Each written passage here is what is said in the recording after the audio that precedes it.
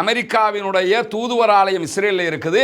அந்த எம்பசியில் இருக்கக்கூடிய அனைத்து ஊழியர்களும் மறு அறிவிப்பு வரைக்கும் பங்கருக்குள்ளேயே இருக்கணும், வெளியே வந்துடக்கூடாது என்கிற அறிவிப்பு விடுக்கப்பட்டிருக்கிறது.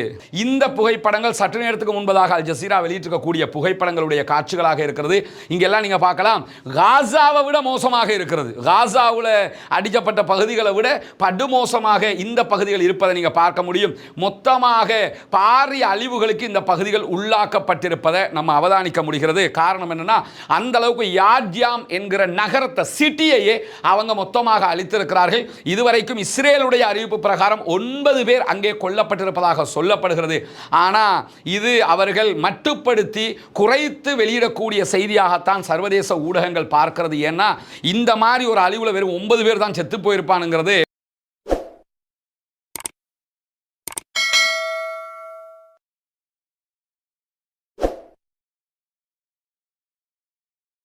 அன்பிற்கினிய சகோதர சகோதரிகளே, நம் அனைவர் மீதும் ஏக இறைவனுடைய அமைதியும் கருணையும் உண்டாகட்டுமாக என்கிற உயரிய பிரார்த்தனைகளோடு தற்போது நடைபெற்று வரக்கூடிய பிரச்சனை தொடர்பான அப்டேட்டடான செய்திகளைத்தான் நம்ம உங்களுக்கு மத்தியில் கொண்டு வந்து தந்து கொண்டிருக்கிறோம். இன்றைக்கு அதிகாலை நேரத்தில் ஈரான் இஸ்ரேல் மீது படுபயங்கரமான தாக்குதல்களை நடத்தி இருந்தது. அந்த தாக்குதல்கள் தொடர்பான காலையிலேயே என்னவெல்லாம் நடந்திருந்தது என்கிற செய்திகளை ஒரு தனி வீடியோவாக நம்முடைய ரஸ்மின மயசின் நியூஸ் என்கிற யூடியூப் தளத்தில் வெளியிட்டிருக்கிறோம். பார்க்காத சகோதரர்கள் அதை சென்று பார்த்துக் கொள்ளுகிற அதே நேரத்தில் இன்றைக்கு நடைபெற்ற தாக்குதல்களுடைய பல காட்சிகள் எப்படியெல்லாம் இஸ்ரேல் அடிவாங்கி இருக்கிறது என்கிற வீடியோக்களையும் நம்முடைய டெலிகிராம் சேனலில் வெளியிட்டிருக்கிறோம். அதிலும் நீங்கள் சென்று பார்த்து கொள்ள முடியும். இதே நேரத்தில் இன்றைக்கு இந்த நேரம் வரைக்கும் என்னவெல்லாம் நடந்து கொண்டிருக்கிறது இஸ்ரேலிலும் அதே நேரத்தில் ஈரானிலும் என்கிற செய்திகளைத்தான் மேலதிக தகவல்களாக நம்ம இந்த வீடியோவில் பார்க்க இருக்கிறோம். நமக்கெல்லாம் தெரியும், தொடர்ந்து இஸ்ரேலுக்கும் ஈரானுக்கும் இடையிலான யுத்தம் உச்சம் தொட்டு கொண்டிருக்கிறது. சற்று நேரத்துக்கு முன்பதாக இஸ்ரேலிய ஆக்கிரமிப்பு இராணுவம் ஒரு அறிவித்தலை விடுத்திருக்கிறார்கள். அதிலே இன்று இரவு மீண்டும் ஈரான் மீது அவர்கள் உச்சகட்ட தாக்குதல் ஒன்றை நடத்த இருப்பதாக சொல்லியிருக்கிறார்கள். எனவே இன்று இரவு ஈரான் மீது தாக்குதல்கள் நடத்தப்படலாம் என்கிற செய்தி வெளியிடப்பட்டதற்கு பிறகு ஈரானும் அதற்கு தயாராக இருப்பதாகவும் அதை தடுப்பதற்கான தயார் நிலையிலும் இருப்பதாகவும் அதே நேரத்தில் இஸ்ரேலுக்கு எதிராக பதிலடியை உச்சமாக கொடுப்பதற்கும் தயாராக இருப்பதாகவும் ஈரானுடைய முப்படைகளுடைய தளபதியும் சற்று நேரத்துக்கு முன்பதாக இஸ்ரேலுடைய அறிவிப்புக்கு பதில் அறிவிப்பை வெளியிட்டிருக்கிறார். இப்படியான சூழல்ல தஸ்னீம் நியூஸ் ஏஜென்சி, ஈரானுடைய மிக முக்கியமான செய்தி சேவை, அவர்கள் வெளியிட்டிருக்கக்கூடிய செய்தியில் என்ன சொல்றாங்கன்னா, தெஹ்ரானுடைய மேற்கு பகுதிகளில் இன்றைக்கு மொசாதுடைய 2 முக்கியஸ்தர்களை தாங்கள் கைது செய்திருப்பதாக ஈரான் அறிவித்திருக்கக்கூடிய செய்தியை வெளியிட்டிருக்கிறார்கள். ஈரான் மொசாதுடைய ஆட்களை கைது செய்வது என்பது புதிது அல்ல. ஈரானுக்குள்ள மொசாத் உள்ளே நுழைந்து பல வேலைகளை பார்க்குறாங்க. அந்த நேரங்கள் ஒவ்வொன்றிலும் அவர்களை கைது செய்து கொண்டிருக்கிறார்கள். அந்த அடிப்படையில் தான் தற்போது மேற்கு பகுதிகளில் இந்த கைதுகள் நடைபெற்றிருக்கிற செய்திகள் வெளியாகி இருக்கிற அதே நேரத்தில் ஈரான் இன்றைக்கு வெளியிட்டிருக்கக்கூடிய மேலதிகமான செய்திகள் என்ன சொல்லியிருக்கிறாங்கன்னு சொன்னா, இந்த யுத்தம் எல்லாம் ஆரம்பிக்கப்படுவதற்கு முன்பதாகவே இஸ்ரேலுடைய அணு ஆயுதங்கள், அணு உலைகள் தொடர்பான பல முக்கியமான ஆவணங்கள், ஆயிரக்கணக்கான ஆவணங்களை தாங்கள் கைப்பற்றி இருப்பதான செய்தியை இன்றைக்கு வெளியிட்டிருக்கிறார்கள். எனவே எங்களோடு நீங்கள் மோதுவது என்பது ஒன்றுக்கு 1000 தடவை யோசிக்க வேண்டிய ஒரு விவகாரம் என்பதை சுட்டிக்காட்டக்கூடிய ஈரான், எங்களிடம் உங்களுடைய அணு ஆயுதங்கள், அணு மின் நிலையங்கள், அணு உலைகள் எதுவெல்லாம் இருக்கிறதோ அது அத்தனையும் பற்றிய தரவுகள் ஆவணமாக, வீடியோக்களாக, ஆடியோக்களாக அனைத்தும் எங்களிடம் கிடைத்து விட்டது. இது இன்னைக்கு நேற்று கிடைத்தது அல்ல, 2 மாதங்களுக்கு முன்பதாகவே எங்கள் வசம் வந்துவிட்டது. அதை பரிசீலித்து முடித்ததற்கு பிறகு அறிவிக்கும் விதமாகத்தான் வைத்துக் கொண்டிருந்தோம் என்கிற செய்திகளை இந்த யுத்தம் ஆரம்பிக்கிறதுக்கு முன்னாடியே அவங்க வெளியிட்டாங்க. அதையே மீண்டும் இன்றைக்கு அல் ஜசீரா ஒரு முக்கிய செய்தியாக வெளியிட்டிருக்கிறது. அந்த செய்தியில் இடம்பெற்றிருக்கக்கூடிய முக்கியமான தரவுகள் என்னன்னு சொன்னா, ஆயிரக்கணக்கான ஆவணங்களை ஈரான் கைப்பற்றி இருக்கிறது. அதிலே இந்த இடங்கள் எங்கெல்லாம் அமைந்திருக்கிறது என்பதும் அதிலே யார் யார் பணியாற்றுகிறார்கள் என்கிற விவகாரங்களும் இருக்கிற காரணத்தினால துல்லியமான பதிலடி தாக்குதல்களை இஸ்ரேலுடைய அணு உலைகள் மீதும் நடத்துவதற்கான வாய்ப்புகள் ஈரானுக்கு இருப்பதாக தெரிவிக்கப்படுகிறது. எனவே ஈரானை பொறுத்தவரையிலே இஸ்ரேல் ஒரு அடி பாய்ந்தால் அவர்கள் 8 அடி பாயக்கூடிய காட்சியை நம்ம பார்க்க முடிகிறது. இப்படி ஈரான் பல பலத்தோடு இருக்கும் என்று யாருமே நினைத்திருக்க மாட்டார்கள். அதனால தான் ஈரான் மேலே தாக்குதல் நடத்துவோம், அடிப்போம், துவப்போம் என்று சொல்லிக் கொண்டிருந்த அமெரிக்காவினுடைய ஜனாதிபதி டொனால்ட் ட்ரம்ப்பே என்ன சொல்றாருன்னா, பேச்சுவார்த்தைக்கு வாங்க, பேசி இதை முடிச்சுக்கிருவோம் என்கிற நிலைக்கு கீழிறங்கி இருக்கக்கூடியதை நம்ம பார்க்க முடிகிற அதே நேரத்தில் இஸ்ரேலில் இருக்கக்கூடிய அமெரிக்க தூதரகம் இன்னைக்கும் ஒரு அறிவித்தல் விடுத்திருக்காங்க. நேற்று இஸ்ரேலுக்கான அமெரிக்காவினுடைய தூதர் மைக் ஹக்கபி என்ன சொல்லியிருந்தாருன்னா, ஒரே நாள் நைட்டில் நான் 5 தடவை பங்கருக்குள்ளே ஓடினேன் அப்படின்னு சொல்லியிருந்தாரு. இன்னைக்கு என்ன அறிவிச்சிருக்கிறாங்கன்னு சொன்னால், அவர்களுடைய ஊழியர்கள், அமெரிக்காவினுடைய தூதுவர் ஆலயம் இஸ்ரேலில் இருக்குது, அந்த எம்பசியில் இருக்கக்கூடிய அனைத்து ஊழியர்களும் மறு அறிவிப்பு வரைக்கும் பங்கருக்குள்ளேயே இருக்கணும், வெளியே வந்துடக்கூடாது என்கிற அறிவிப்பு விடுக்கப்பட்டிருக்கிறது. என்ன ஒரு வாழ்க்கைன்னு யோசிச்சு பாருங்க. அந்த பக்கம் காசாவில் ஒரு பங்கரை கூட அழிச்சிக்க முடியாமல் தடுமாறிக்கிட்டு இருக்கிறாங்க. பங்கர்லேருந்து வெளியே வந்து அவங்க அடின்னு அடிச்சுட்டு போகிறாங்க. இந்த பக்கம் வாழ்க்கையை பங்கருக்குள்ளே கழிய வேண்டிய ஒரு நிலையாக மாறி இருக்கிறது. அப்பாவி மக்கள் மீது இவர்கள் செய்ய வந்த அநியாயம் இன்றைக்கு அவர்களுக்கு நிம்மதி இல்லாத நிலையை உண்டாக்கி இருப்பதை நம்ம பார்க்க முடிகிற அதே நேரத்தில் இஸ்ரேலுடைய அமைச்சர் ஜீவ் எல்கின் இன்றைக்கு ஒரு அறிக்கையை விடுத்திருக்கிறாரு. அந்த அறிக்கையில் அவர் என்ன சொல்கிறாருன்னா, இந்த யுத்தத்தை பொறுத்தவரையில் இந்த யுத்தத்தினுடைய முடிவு ஒரு ஒப்பந்தமாகத்தான் இருக்கும் என்று நாங்கள் நம்புகிறோம். ஏன்னா யுத்தத்தாலேயே இதை முடிவுக்கு கொண்டு வந்துவிட முடியாது. ஈரானோடு விரைவிலேயே ஒரு ஒப்பந்தம் செய்ய வேண்டி வரும். நேற்றைய தினமும் வேறு ஒரு அமைச்சர் சொல்லியிருந்த செய்தி நம்முடைய வீடியோவில் சொல்லியிருந்தோம். இன்றைக்கு ஜீவ் எல்கினே இந்த கருத்தை சொல்லியிருக்கிறாரு. ஏன்னு சொன்னால், அவங்களுக்கு தெரியும் தேவைக்கு இல்லாமல் போய் மாட்டிக்கிட்டோம், அப்போ நாமளே வாங்கி சொருகிக்கிட்டோம், எனவே இதிலிருந்து எப்படி பின்வாங்கிக்கிறதுன்னு தெரியாமல் தடுமாறி கொண்டிருக்கிறார்கள் என்கிற செய்திகள் வெளியாகி இருக்கிற அதே நேரத்தில் ஈரானுடைய IRGC புரட்சிகர இஸ்லாமிய படைப்பிரிவு என்ன சொல்லியிருக்கிறாங்கன்னு சொன்னால், ஈரானுடைய படை நடவடிக்கைகள் மேலும் அழிவுகரமானதாக இஸ்ரேலுக்கு எதிராக இருக்கும் என்கிற எச்சரிக்கையை விடுத்திருக்கிறார்கள். குறிப்பாக ஹாத்தமல் அன்பியா என்கிற படைப்பிரிவு, இது ஈரானுடைய மிக முக்கியமான அதிதீவிரமான படைப்பிரிவுகளில் ஒன்றாக பார்க்கப்படுகிறது. இந்த ஹாத்தமுல் அன்பியா என்கிற படைப்பிரிவு, ஹாத்தமுல் அன்பியா படைப்பிரிவினுடைய தளபதி தான் இந்த அறிவித்தலை இன்றைக்கு விடுத்திருக்கக்கூடிய நிலையில் ஈரான் பல முக்கியமான தாக்குதல்களை இன்றைக்கு இஸ்ரேல் மீது தொடர்ந்து நடத்தி கொண்டிருக்கிறது. அதே நேரத்தில் இஸ்ரேலும் ஈரான் மீது தாக்குதல்களை நடத்தியிருக்கிறார்கள். முதலாவதாக இஸ்ரேல் நடத்தியிருக்கக்கூடிய தாக்குதல்களை நம்ம பார்த்தோம்னா, இஸ்ரேலிய அரசாங்கம் வெளியிட்டிருக்கக்கூடிய அறிக்கைகளில் ஈரானுடைய அணு நிலையங்கள், அதே போன்று ஈரானுடைய இராணுவ ஏவுதளங்கள், அதே போன்று மின் உற்பத்தி நிலையங்கள் உள்ளிட்ட 11 இலக்குகளை அவர்கள் நேற்றிலிருந்து இன்று வரைக்கும் தாக்கி இருப்பதாக சொல்லி இருக்கிறார்கள். இதில் என்ன கவனிக்கணும்னா, ஈரானுடைய அணு நிலையங்கள் மேலே தாக்குதல் நடத்தினதாக திரும்ப இஸ்ரேல் சொல்கிறது. ஆனால் உண்மை நிலை என்னன்னு சொன்னால், ஈரானுடைய அணு நிலையங்கள் எப்படி அமைக்கப்பட்டிருக்கிறதுங்கிறத நீங்கள் புரிஞ்சுக்கிறணும்.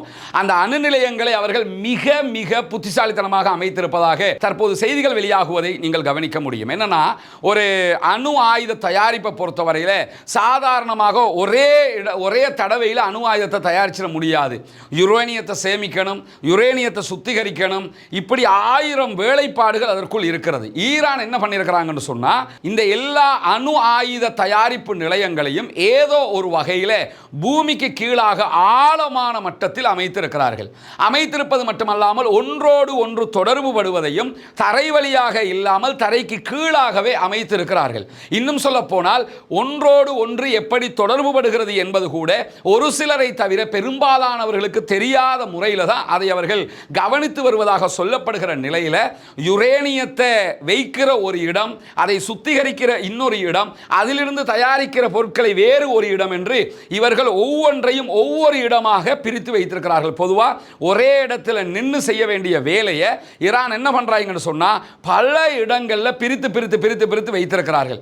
இப்பொழுது அவர்கள் ஈரான் மீது நடத்தக்கூடிய இஸ்ரேலிய தாக்குதலை பொறுத்தவரையில் எங்க நடத்தியிருக்கிறாங்க, இஸ்ஃபஹான்லையும் தப்ரீஸ்லையும் நடத்தியிருக்கிறாங்க. இந்த 2 இடங்களும் ஆரம்ப ஸ்டேஜில் இருக்கக்கூடிய இடங்கள். இவற்றை தாக்குதல்னால ஈரானுக்கு எந்த நஷ்டமும் கிடையாது, எந்த கஷ்டமும் கிடையாது. அதிலிருந்து கதிர்வீச்சுகள் வெளியே வந்து மக்களுக்கு பெரிய ஆபத்தை உண்டாக்கும் என்கிற நிலையும் அதிலே கிடையாது. அப்படி நடந்திருந்தால் இவங்க நடத்தியிருக்கக்கூடிய இந்த தாக்குதல்களில் இவ்வளவுக்கும் அந்த கதிர்வீச்சாலேயே லட்சக்கணக்கான மக்கள் ஈரானில் செத்து மடிஞ்சிருக்கணும். ஆனால் அப்படியான ஒரு நிலை இல்லை. ஏன்னு சொன்னால், இந்த தாக்குதல்கள் நடத்தப்பட்டிருப்பது ஆரம்ப பேசிக் ஸ்டேஜில் இருக்கக்கூடிய அணு தயாரிப்பு நிலையங்கள் மீது தான். அணு ஆயுதம் தயாரிக்கிற அளவுக்கு கொண்டு போய் வச்சிருக்கிற நிலையங்கள் எங்க இருக்குங்கிறதே இஸ்ரேலுக்கு தெரியல என்பதுதான் இந்த இடத்துல இருக்கிற ஹைலைட்டடான விவகாரம். எனவே அவர்கள் 11 இடங்கள் மீது தாக்குதல் நடத்தியதாக சொல்லியிருக்கிறார்கள். இந்த 11 இடங்களை பொறுத்தவரையில் மேல்மட்டமாக இருக்கக்கூடிய அணு மின் நிலையங்கள், அணு உற்பத்தி நிலையங்கள், இந்த மாதிரி இடங்களில் தான் தாக்குதல்களை நடத்தியிருக்கிறார்கள். நேற்று இரவு அவங்க நடத்திய தாக்குதல்கள் எல்லாம் பெரிய படுபயங்கரமான தாக்குதல்கள் கிடையாது. டெஹரானில் இருக்கக்கூடிய பெட்ரோலிய சுத்திகரிப்பு நிலையம் மீது அவங்க தாக்குதல் நடத்தியிருந்தாங்க. அந்த தாக்குதலுக்கு பிறகு சற்று நேரத்துக்கு முன்பதாக டெஹரான் தலைமையகம் என்ன அறிவிச்சிருக்கிறாங்கன்னா, எங்களுடைய பெட்ரோலியம் சுத்திகரிப்பு நிலையங்கள் மீண்டும் வழமை போன்று இயங்க ஆரம்பித்து விட்டது என்று அறிவித்திருக்கிறார்கள். எனவே அதுவும் அவர்களுக்கு பாதிப்பை உண்டாக்கவில்லை என்பது தெரிகிறது. இந்த நேரத்தில் ஈரான் நடத்தி இருக்கக்கூடிய தாக்குதல்களுடைய விளைவுகள் இன்னும் மங்காமல் வந்து கொண்டே இருக்கு. இன்னும் சொல்லப்போனா அயலோன் மாவட்டத்தில் இருக்கக்கூடிய ஏட்யாம் என்கிற நகரத்தை மொத்தமாகவே அளித்திருக்கிறது ஈரான் என்பதுதான் யதார்த்தபூர்வமான செய்தியாக இன்றைக்கு நம்ம பார்க்க முடியும். நம்முடைய இதுக்கு முன்னாடி வெளியிட்ட வீடியோவில் ஏட்யாம் பகுதிகளில் நடத்தப்பட்டிருக்கக்கூடிய தாக்குதல் தொடர்பாக பேசிக்கான செய்திகளை சொல்லியிருந்தோம். இங்கே நீங்கள் பார்க்கலாம் ஏட்யாமினுடைய நிலை எப்படி இருக்கிறது. ஒரு நகரத்தையே அவங்க மொத்தமாக அளிச்சிருக்கிறாங்க. அந்த நகரத்தினுடைய காட்சிகளை தான் நீங்கள் பார்க்குறீங்க. இந்த புகைப்படங்கள் சற்று நேரத்துக்கு முன்பதாக அல் ஜசீரா வெளியிட்டிருக்கக்கூடிய புகைப்படங்களுடைய காட்சிகளாக இருக்கிறது. இங்கெல்லாம் நீங்கள் பார்க்கலாம் காசாவை விட மோசமாக இருக்கிறது. காசாவில் அடிக்கப்பட்ட பகுதிகளை விட படுமோசமாக இந்த பகுதிகள் இருப்பதை நீங்கள் பார்க்க முடியும். மொத்தமாக பாரிய அழிவுகளுக்கு இந்த பகுதிகள் உள்ளாக்கப்பட்டிருப்பதை நம்ம அவதானிக்க முடிகிறது. காரணம் என்னன்னா, அந்த அளவுக்கு யாட்யாம் என்கிற நகரத்தை, சிட்டியையே அவங்க மொத்தமாக அழித்திருக்கிறார்கள். இதுவரைக்கும் இஸ்ரேலுடைய அறிவிப்பு பிரகாரம் 9 பேர் அங்கே கொல்லப்பட்டிருப்பதாக சொல்லப்படுகிறது. ஆனால் இது அவர்கள் மட்டுப்படுத்தி குறைத்து வெளியிடக்கூடிய செய்தியாகத்தான் சர்வதேச ஊடகங்கள் பார்க்கிறது. ஏன்னா இந்த மாதிரி ஒரு அழிவுல வெறும் 9 பேர் தான் செத்து போயிருப்பானுங்கிறது நம்புற மாதிரியாங்க இருக்குதுங்கிற மாதிரி வாங்கி இருக்கிற அடியை பார்த்தா தெரிச்சு போய் கிடக்குறாங்க. ஆனால் நாங்கள் 9 பேர் தானே எங்கள் ஆக்களை இழந்திருக்கிறோம் அப்படின்னு சொல்லி அப்படியே வந்து கதை சொல்லிக்கிட்டு இருக்கக்கூடிய காட்சியை நம்ம பார்க்கலாம். இதெல்லாம் பினாத்திக்கிட்டு இருக்கிறாங்க என்ற அர்த்தம். அதை தாண்டி நீங்கள் பார்த்தீங்கன்னா இந்த அயலோன் மாவட்டத்தில் இருக்கக்கூடிய ஏட்யாம் பகுதிகளில், டெல் அவீவ் இது போன்ற பகுதிகளில் எல்லாம் ஈரான் பாரிய ஷெல் தாக்குதல்களை நடத்தி இருக்கிறது.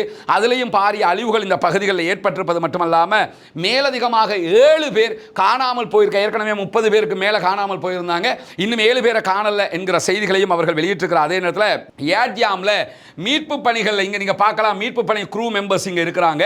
மீட்பு பணிகளை பொறுத்தவரையில் இங்க யாரு எங்க இருக்கிறாங்கிறத கண்டுபிடிக்கிறதுக்கே குறைஞ்ச 24 ஹவர்ஸ் வேணும்ங்கிறாங்க. அதை மீட்பு பணி செய்யறது சாதாரணமான விஷயம் அல்ல என்று அவர்கள் அறிவித்திருக்கிறார்கள். இப்ப புரியும். காய்ச்சலும் தலைவலியும் தனக்கு வந்தால் தெரியும் என்று சொல்வார்கள்.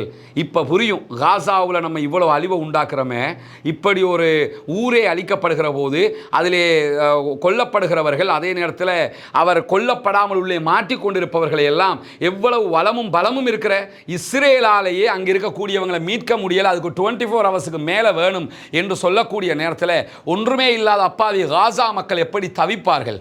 அவர்களுடைய தவிப்புணர்வுகள் தற்போது இஸ்ரேலுக்கு புரிய ஆரம்பித்திருக்கும் என்று நான் நினைக்கிறேன். இனியும் புரியவில்லை என்றால் அவர்களுக்கு ஒன்றும் செய்ய முடியாது. அந்த மூளையை கலட்டி வெளியில் எடுத்து நல்ல சோப் போட்டு கழுவினா கூட திருந்த மாட்டாங்க என்கிற ஒரு நிலை வரும். ஏன்னா சில பேர் சொன்னா திருந்துவாங்க, சில பேர் பட்டா திருந்துவாங்க.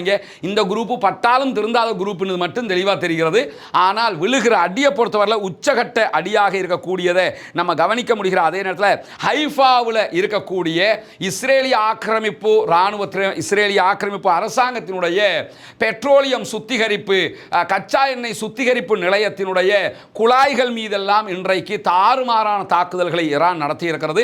அந்த தாக்குதல்களில் அங்க இருக்கக்கூடிய குழாய்கள் பாரிய அளவில் சேதமடைந்திருப்பதாகவும் திருத்த முடியாத அளவுக்கு உண்டான நிலை இருப்பதாகவும் இன்றைக்கு ஹைஃபாவினுடைய மாநகராட்சி செய்தி வெளியிட்டிருக்கிறது. இந்த ஹைஃபா எல்லாம் பாலஸ்தீனத்தினுடைய பகுதிகள். இன்றைக்கு அவங்க பிடிச்சி வச்சுக்கிட்டு இருந்தாங்க.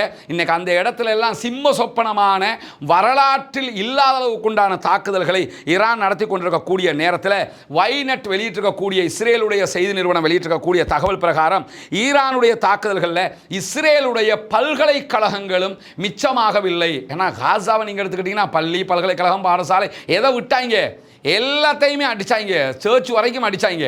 அதே மாதிரி இப்போ இருக்கிற அடி எப்படி இருக்குன்னு கேட்டால் பல்கலைக்கழகங்கள் மீதும் தாக்குதல் நடத்தப்பட்டிருப்பதாக சொல்லப்படுகிறது. அதே நேரம் சென்ட்ரல் இஸ்ரேல் பகுதிகளில் இருக்கக்கூடிய ரெஹாவோட்டில் அமைந்திருக்கக்கூடிய வைஸ்மேன் அறிவியல் பல்கலைக்கழகம் மீது தாக்குதல் நடத்தப்பட்டிருக்கிறது, ஈரானுடைய தாக்குதல்கள். இதனுடைய காட்சிகளை நம்முடைய டெலிகிராம் சேனலில் நம்ம வெளியிட்டிருக்கிறோம், நீங்கள் அதில் பார்க்க முடிகிற. அதே நேரத்தில் இன்றைக்கு ஈரானுடைய பாராளுமன்ற உறுப்பினர்கள் மேலும் ஒரு கோரிக்கையை அரசாங்கத்திற்கு முன்வைத்திருக்கிறார்கள். அது என்ன கோரிக்கை என்று சொன்னால், 1963ஆம் ஆண்டுகளில் இஸ்ரேலில் உருவாக்கப்பட்ட இந்த திமோனா என்கிற அவர்களுடைய அணுசக்தி நிலையத்தின் மீது தாக்குதல் நடத்த வேண்டும் என்கிற கோரிக்கை தான் முன்வைக்கப்பட்டிருக்குது. ஏன்னா டிமோனாவை பொறுத்தவரை 1963 உருவாக்கப்பட்டது. இந்த இமேஜ் ரொம்ப மங்கலான இமேஜாக இருக்கும். இந்த அணுமின் நிலையத்தினுடைய இந்த இமேஜ் கெட்டி இமேஜில் மாத்திரம் தான் கிடைக்கிறது. அதைத்தான் அல் ஜசீராவும் யூஸ் பண்றாங்க. தூரத்திலிருந்து எடுக்கப்பட்ட ஒரு புகைப்படமாக இருக்கிறது. இந்த இடம் எங்க அமைஞ்சிருக்குன்னு சொல்லி சொன்னா நெகோ பாலைவனத்தில் தான் அமைந்திருக்கிறது. தெற்கு பாலஸ்தீனம். நெகோங்கிறது என்னன்னா பாலஸ்தீனத்தினுடைய தெற்கு பகுதி. அதான் பலஸ்டைன் தானே. பலஸ்டைனை கைப்பற்றி அங்கதான் இந்த 1963 அவர்கள் இந்த அணு நிலையத்தை அமைத்திருக்கிறார்கள். இந்த அணு நிலையம் தற்போது நம்ம பார்க்கிற விதமாக இல்லை என்று சொல்லப்படுகிறது.